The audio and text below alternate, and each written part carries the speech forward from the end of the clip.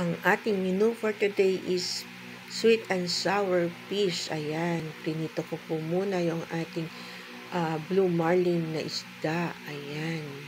And then, tsaka po tayo gagawa ng sauce niyan. Ayan.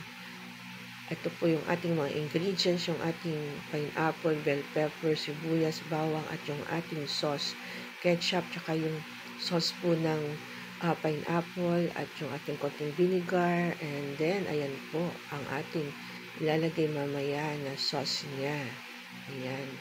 Hinalo-halo ko na po yan.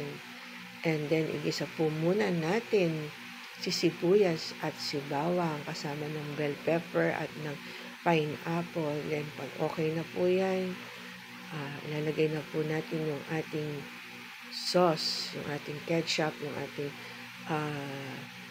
sabaw ng pineapple. Ayan, halo-halo lang po yan. At pag kumulo, then tsaka po natin ilalagay yung ating napritong isda. Ayan, nilagay na po natin yung ating napritong isda.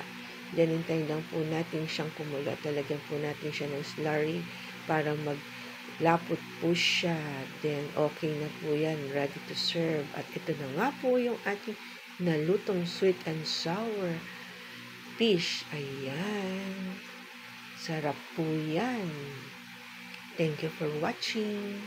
God bless everyone. Sweet and sour fish.